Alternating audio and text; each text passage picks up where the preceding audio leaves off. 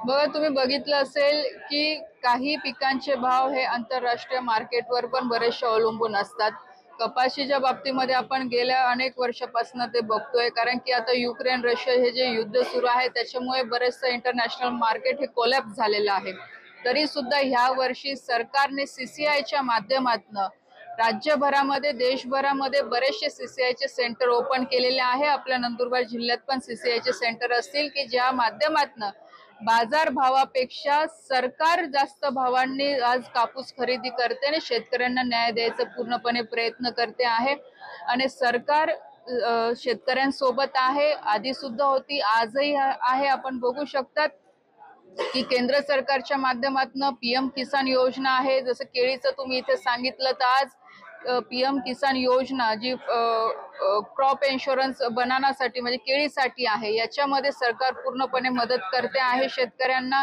त्याच्यानंतर आपण किसान सन्मान योजना आहे, त्या माध्यमातून सरकार मदत करते आहे। त्याच्यानंतर ई मार्केटची व्यवस्था सुद्धा सरकारने उपलब्ध करून दिलेली आहे की ज्या माध्यमातून शेतकरी स्वतः त्याचा मालाचा भाव ऑनलाईन बाकीच्या देशभरामध्ये जिथे कुठे डिमांड असेल तो स्वतः विकू शकतो, त्याला व्यापाऱ्यांकडे जायची गरज पडणार नाही।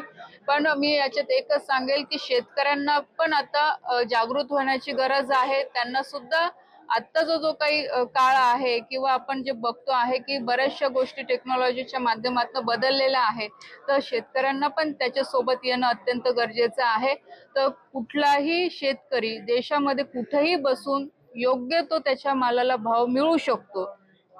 सरकारची अनेक योजना आहे की तो प्रोसेसिंग युनिट सुद्धा सुरू करू शकतो की जेणेकरून त्याने जे उत्पन्न घेतलेलं आहे त्याच्या प्रोसेस करून तो 2 पैसे अजून जास्त कमवू शकतो। तर अशा अनेक योजना सरकारच्या आहे, म्हणून सरकार ह्या बाबतीमध्ये कुठेही कमी पडत नाहीये।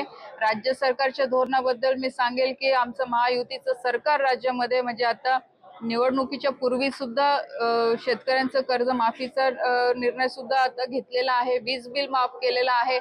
शेतकऱ्यांचं वीज बिल भविष्यामध्ये येऊ नये म्हणून सोलर पॅनलवर शेतकऱ्यांनी जावं याच्यासाठी सुद्धा राज्य सरकारचा आग्रह आहे।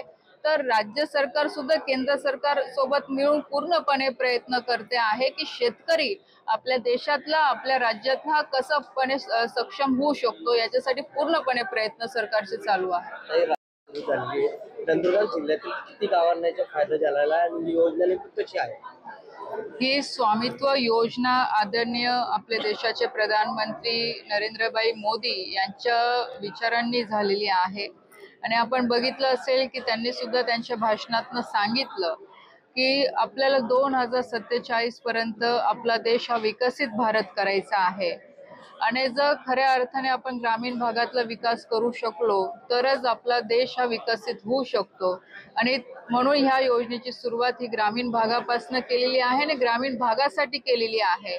आतापर्यंत आपण बघितलं असेल की छोट्याशा खेडेगावामध्ये बऱ्याच ठिकाणी जागेचे वाद असतात किंवा जो घर मालक असतो, जे गरीब कुटुंब असतं, त्यांना सुद्धा माहित नसतं की त्यांची जागा किती आहे।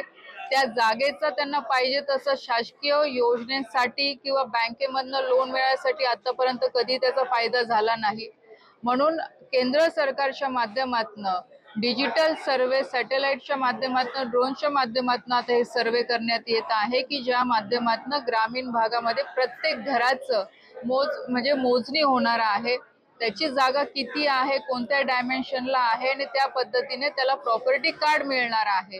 आणि सगळ्यात जास्त ह्या प्रॉपर्टी कार्डचा फायदा त्या लाभार्थ्याला बँकेमधनं लोन मिळायला होणार आहे। आणि लोन मिळाल्यानंतर तो त्याचा छोटा मोठा व्यवसाय उभा करू शकतो किंवा त्याच्या व्यवसायामध्ये किंवा शेतीमध्ये ह्या लोनच्या माध्यमातून हातभार लावू शकतो तो। याचा फायदा त्याच्या उन्नतीसाठी सुद्धा होणार आहे। आज जे ग्रामीण भागातलं जे आपण बऱ्याच वेळा म्हणतो की ग्रामीण भागामध्ये नोकरीला काही साधन नाही किंवा पैसे कमवायला काही साधन नाही, तर ह्या योजनेच्या माध्यमातून, बँकेच्या लोनच्या माध्यमातून खूप मोठा फायदा ह्या व्यक्तिगत लोकांच्या जीवनामध्ये होणार आहे। आणि जर आज प्रत्येक कुटुंब ह्या योजनेच्या माध्यमातून, बँकेच्या लोनच्या माध्यमातून जर एखादा व्यवसाय करत असेल तर नक्कीच त्याचं कुटुंबाचं भविष्य सुद्धा उज्ज्वल होणार आहे, तो सुद्धा सक्षम होणार आहे, 2 पैसे जास्त कमवू शकणार आहे आणि 2 पैसे त्याने जास्त कमवणं म्हणजे ह्या देशाच्या विकासामध्ये त्याचं योगदान येणं, अशा पद्धतीने ही योजना राबवली जात आहे. दुसरा याचा फायदा आहे की गावामध्ये जे जागेवरनं वाद होतात त्याच्यामुळे गावामध्ये एकोपा राहत नाही, लोक दूर जातात, तर हे वाद सुद्धा ह्या माध्यमातून सुटतील.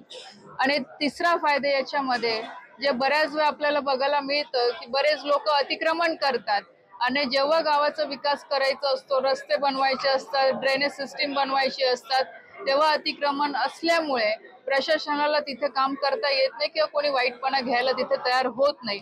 पण आज जर ग्रामपंचायतकडे जर याचा पूर्ण नकाशा तयार असेल, डेटा पूर्ण तयार असेल, तर नक्कीच गावाच्या विकासामध्ये पण याचा खूप मोठा फायदा होऊ शकतो. म्हणजे आपण बघायला गेलो तर चारही बाजूने याचे फायदे आहे आणि ही योजना खूप मोठी आहे आणि याचे फायदे आपण बघू शकतो. हे खूप लॉंग टर्म साठी फायदे आहे, व्यक्तिगत लाभार्थ्यापासनं तर देशाच्या विकासापर्यंत, गावाच्या विकासापर्यंत याचे फायदे आहे. म्हणून मला असं वाटतं की खऱ्या अर्थाने जे मोदी साहेबांनी बोललेलं आहे की आम्हाला आमचा देश हा विकसित करायचा आहे आणि त्याची सुरुवात ही ग्रामीण भागापासून सुरू झाली पाहिजे, तर या योजनेच्या माध्यमातून आपलं सर्वसामान्य जनतेचं, या देशातल्या प्रत्येक नागरिकाचं स्वप्न विकसित भारताचं हे पूर्ण होताना किंवा पूर्ण होण्यासाठी त्या दिशेने वाटचाल आता सुरू झालेली आहे. तुम्ही प्रेझेंटेशनच्या माध्यमातून बघितलं असेल की अनेक राज्यामधले जे डेमो योजना, ही डेमो काही ठिकाणी केलेली होती, काही राज्यांमध्ये, काही गावांमध्ये केलेली होती. लोकांनी त्यांचे अनुभव सुद्धा सांगितले की त्यांना कशा पद्धतीने याचा फायदा झाला. आज माझं प्रॉपर्टी कार्ड जर मला मिळत असेल, कारण की आज जे छोटे म्हणजे गरीब लोक आहेत, सर्वसामान्य कुटुंब आहे, त्यांच्यासाठी खूप मोठी गोष्ट आहे, कारण की आज त्यांच्याकडे कोणताही दस्तावेज नाहीये की तो म्हणू शकतो की ही जागा माझी आहे. पण आज सरकारच्या माध्यमातून हे कार्ड त्याला घरी बसल्या बसल्या आज उपलब्ध होतो आहे.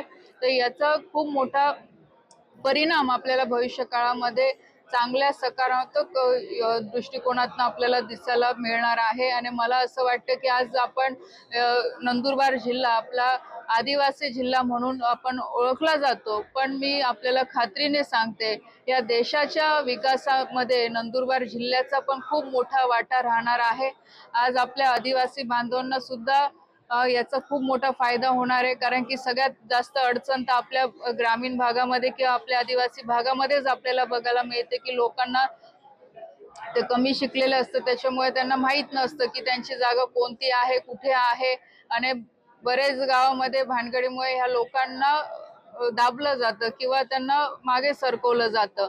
पण आज सर्वसामान्य कुटुंबातला व्यक्ती सुद्धा किंवा गरीब घरातला व्यक्ती सुद्धा आज अभिमानाने सांगू शकतो की माझ्याकडे सरकारने दिलेलं प्रॉपर्टी कार्ड आहे, तर त्याची जागा कोणी घेऊ शकणार नाही, त्याचे अधिकारही कोणी घेऊ शकणार नाही. दिशा कॉम्प्युटर इन्स्टिट्यूट घेऊन येत आहे कॉम्प्युटर प्रशिक्षणातील सगळ्यात मोठी discount offer, big discount deals.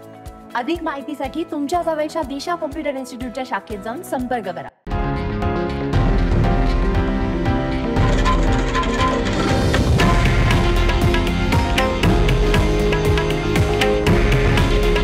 हे आहे देशातील नंबर 1 न्यूज नेटवर्क आणि आपण पाहत आहात TV9 मराठी. काळजी तुमची, हित महाराष्ट्राचं.